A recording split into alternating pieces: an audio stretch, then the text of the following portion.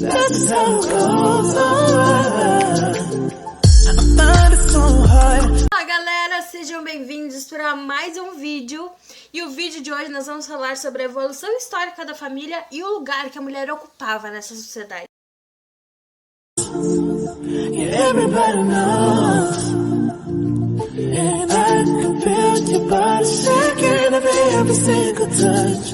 That's just how it goes. That's just how it goes. I find it so hard. É isso aí, galera. Vamos conversar um pouquinho sobre a evolução histórica da mulher na sociedade e na família. Eu não vou falar sobre os grandes marcos das nossas conquistas. Eu não vou tornar esse vídeo didático porque não é esse o objetivo. Esse vídeo tem o objetivo da gente conversar um pouquinho sobre o assunto. E claro que eu trouxe alguns tópicos, alguns pontos que eu acho bem relevante, mas vai ser uma conversa informal e nada, como eu disse, tão didático. Então, para começar, assim, por que eu decidi gravar isso agora? A gente tá vivendo um momento extremamente complicado.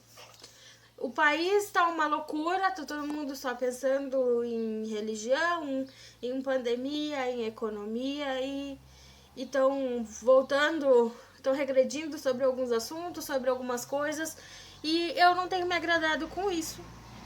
Acredito que muitas de nós, mulheres, também não estamos felizes com isso. E outra coisa, assim, faz muito tempo que eu falo sobre o assunto em rodas de conversa, só que eu acho que eu precisava de uma visibilidade um pouco maior para abrir os olhos de algumas pessoas a respeito de algumas coisas. Eu já falei disso no meu Twitter, eu já falei disso no meu Instagram, em stories com alguns pequenos vídeos sobre o assunto, mas nunca me estendi. Vejam, estamos no século XXI, onde nós já conquistamos diversos direitos e diversos deveres, e ainda eu ouço o macho escroto vir aqui e falar que nós temos que parar de fazer mimimi e lavar uma louça, e dobrar uma roupa, e esquentar a barriga no fogão. Só que se ele, macho escroto, falar qualquer abobrinha, e a gente mandar ele ir lavar uma louça, ele vai dizer que não faz porque isso é coisa de mulher.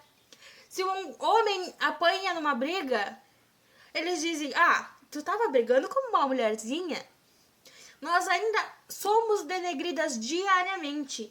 E somos denegridas porque a sociedade é machista e porque tem muitas mulheres que acham que isso é certo. Eu não tô dizendo que a criação das nossas antepassadas foi errada ou que essas mulheres, elas são hipócritas. Não, eu sei que existem mulheres que foram criadas de uma maneira diferente do que eu fui criada. Mas não é por isso que essas mulheres têm que tapar os olhos e acharem que tá tudo muito bom, que tá tudo muito bem, porque não é assim que as coisas funcionam. Por exemplo, eu nunca fui criada para ser dona de casa, mãe ou esposa. Isso pode chocar muita gente. Eu nunca fui criada para isso. E eu sei que existem muitas colegas, muitas conhecidas, muitas amigas que também não foram criadas para isso. Nossas mães desde pequena nos ensinavam que nós tínhamos o direito de estudar e o dever de trabalhar futuramente para não depender de um homem por um prato de comida, como acontecia antes.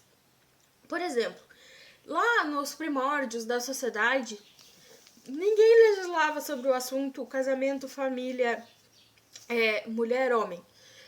Existia desigualdade, sim, óbvio, porque, para começar, quem ditava as regras da casa e da família era um homem, o homem mais velho, que era denominado patriarca.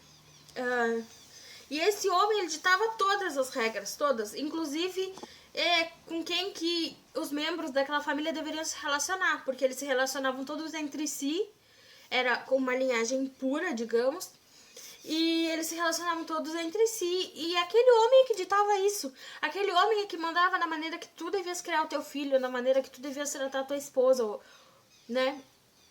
Enfim. Outra coisa, assim, que nós não tínhamos direito era a optar sobre a educação dos nossos filhos. Teve um momento em que só o homem ditava a educação dos filhos. Depois a história foi evoluindo, a gente foi ganhando um pouquinho mais de espaço quando começamos a trabalhar e o dinheiro do nosso trabalho começou a vir pra gente, que também isso não era bem por aí. Aí nós ganhamos o direito de optar por educar nossos filhos. Mas se houvesse divergência entre mim e meu marido em como educar os filhos, por exemplo, a opinião dele iria prevalecer e não a da mãe. E isso hoje é meio contraditório, porque a gente sabe que o filho é da mãe, não é do pai. É a mãe que muda a vida, é a mãe que perde as noites de sono, é a mãe que trabalha em turno triplo se bobear, porque tem que cuidar da casa, tem que trabalhar fora, tem que cuidar do filho, tem que cuidar do marido, porque as mães de menino não ensinaram seus filhos a serem homens. As mães de menino educaram seus filhos para serem dependentes às mulheres, em qualquer estágio. Então, é muito comum, ainda hoje, se ouvir falar: tomara que meu filho arrume uma esposa que seja boa dona de casa, que cozinhe bem, que trate ele bem. E ao invés de falar: tomara que meu filho arrume uma esposa que seja batalhadora e queira crescer junto com ele. Vocês percebem? Enquanto as nossas mães, as que são um pouco mais conscientes, pensam: tomara que a minha filha seja feliz. E que se encontrar um esposo, que esse esposo seja parceiro. E não um dono de casa ou um provedor para casa. Eu não sei se dá para perceber a desigualdade, mas para mim ela é muito presente, ela é muito frequente. E por isso, por essa desigualdade existir, por nós ainda sermos tratados com menor valor do que os homens, que existem muitas mães solos no Brasil. Por essa desigualdade existir, que existem muitas famílias que não são o padrão de família que a gente conhece. Porque o homem acha que a partir do momento que ele vai lá, faz sexo com uma mulher, engravida essa mulher, e se ele não quiser nada com aquela criança, com aquela mulher, o problema é da mulher. O homem acha que o problema é da mulher porque ela foi promíscua. Vejo uma outra desigualdade que é muito frequente. Sai um grupo de amigos, com mulheres e homens. E aí depois, pra uma balada. Muito bem, todo mundo pega todo mundo, parará. Depois de uma conversa, né? A gente escuta um dos caras dizer: porque eu beijei 7 essa noite. Aí os caras vão dizer: galo velho, hein? Pegasse todas. Se a menina chegar e dizer assim: mas eu te ganhei, peguei 8. Vagabunda, é a primeira coisa que vão dizer pra ela. Puta, tais dando pra todo mundo. Essas são as coisas que nós escutamos por termos o mesmo comportamento dos homens.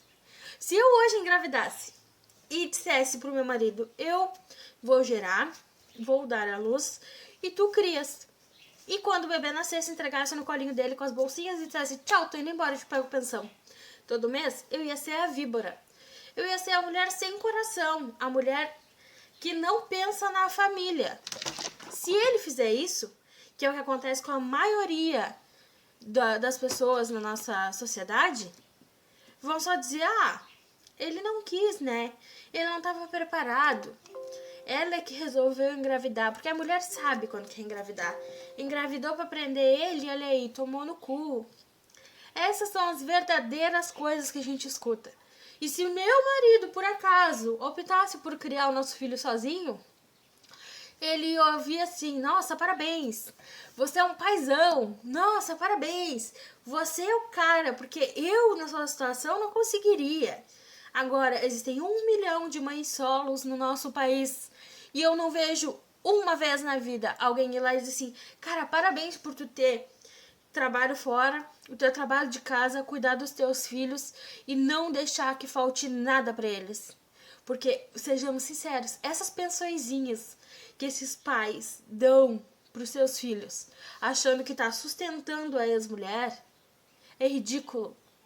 Em uma conversa com uma amiga minha, que é mãe solo, ela me disse: com a pensão que eu recebo da minha filha, eu pago o NAN do mês inteiro, mas eu não pago fralda, eu não pago remédio, eu não pago roupa, eu não pago escola, eu não faço nada.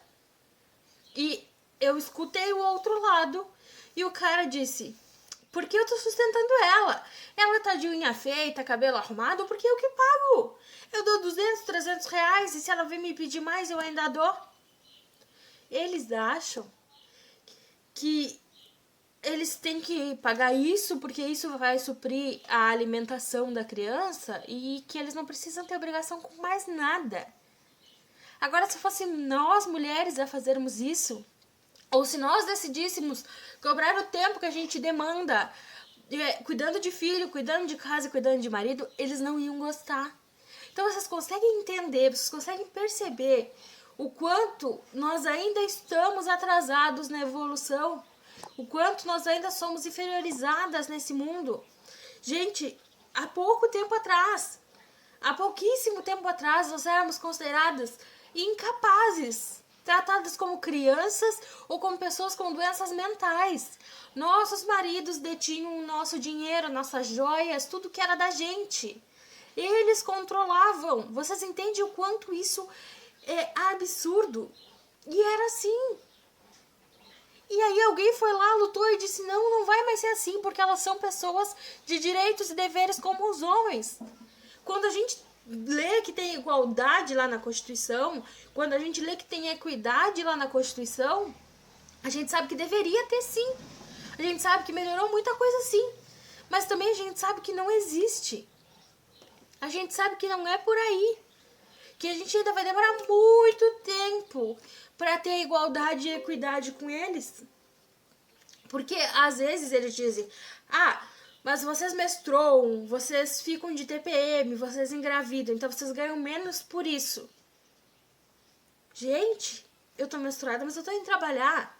Gente, eu tô de TPM, eu tô de mau humor, mas eu tô rendendo o meu serviço. Isso não quer dizer nada. Um homem, se tá com uma febrezinha, começa a dizer que tá morrendo. E a gente, que é o sexo frágil, nós porque somos... Algumas, né? Porque outras são bem fortes. Nós, porque não temos a força bruta, a força muscular que eles têm, eles acham que pode fazer o que quiserem com a gente. E é por isso que existe tanta Maria da Penha hoje em dia. É por isso que existe tanto assédio, por isso que existe tanta violência. Porque violência não é só física, e isso é muito importante dizer. A violência, ela é financeira, ela é moral, ela é em todos os aspectos. Se o teu marido, o teu namorado, o teu pai chegar pra ti e dizer assim, faz tal coisa, porque sou eu que te sustento, e tu sabe que tu não pode sair dali porque tu realmente depende dele financeiramente, é assédio, é violência. Se o teu marido te olha e te diz, porra, mas tu é feia, é assédio, é violência, ele não levantou um dedo pra te bater, mas ele tá mexendo com o teu psicológico. Vocês estão entendendo?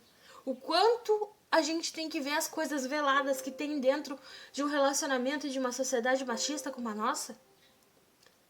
Vocês entendem que a sociedade é tão podre a ponto de uma menina de 10 anos ter engravidado por um estupro e ter tido religiosos, ter havido pessoas que disseram que ela não poderia fazer o aborto porque eles eram pró-vida. Pró-vida de quem? Como é que uma criança ia criar uma criança? Como é que uma criança ia dar à luz a outra criança? Houveram comentários na internet que eu não sei se vocês chegaram a ver, que repercutiram bastante, inclusive, de outros homens e outras mulheres, que isso me indigna mais, de outras pessoas, a maioria religiosos e, na minha opinião, bem idiotas, dizendo que com 10 anos ela sabia o que ela estava fazendo. Se ela estava sendo estuprada há 4 anos, por que ela não contou? Se ela não contou, é porque ela estava gostando. Vocês entendem a sociedade podre que nós temos hoje? Que uma menina de 10 anos é ridicularizada da maneira que ela foi exposta. Religiosos foram para a beira do hospital onde ela estava fazendo o aborto para gritar, para falar mal, para xingar ela, uma menina de 10 anos. Que, na minha humilde opinião, tinha que estar brincando de boneca, de carrinho, de panelinha, de, sei lá, de bichinho, de brincar, de correr. Ela tinha que estar brincando de bola. Ela não tinha que estar passando por isso. O monstro, o vilão da história, não era a menina de 10 anos. Era o tio. Era o homem que abusou dela, um homem adulto e consciente dos seus atos. Mas não. Em vez de esses religiosos, principalmente os religiosos, voltarem esse ódio todinho para aquele homem que estava fazendo merda, foram lá e voltaram o ódio para uma menina. Pensem bem. O aborto ainda não é livre, não é liberado aqui no Brasil, mas deveria. Porque sabe-se que muitas mulheres abortam por dia. Só não são abortos seguros. As únicas que têm condições de terem abortos seguros são mulheres com dinheiro, a pobre da periferia, que vai cometer um aborto, vai numa clínica clandestina e muitas vezes morre na mesa.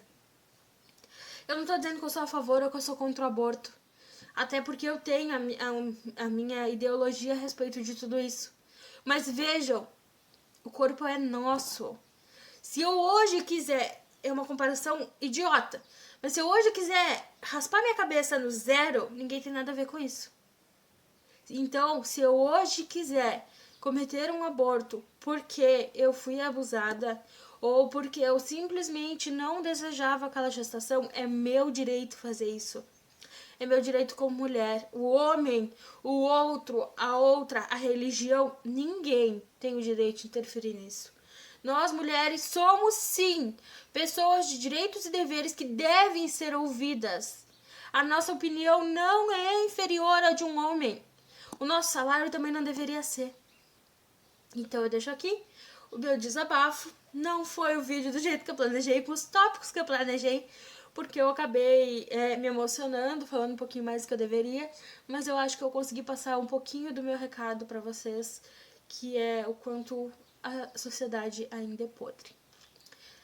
Beijão pra vocês, se inscrevam no meu canal e deixem seu like e os seus comentários, porque eu sei que esse vídeo vai render muito pano pra manga ainda.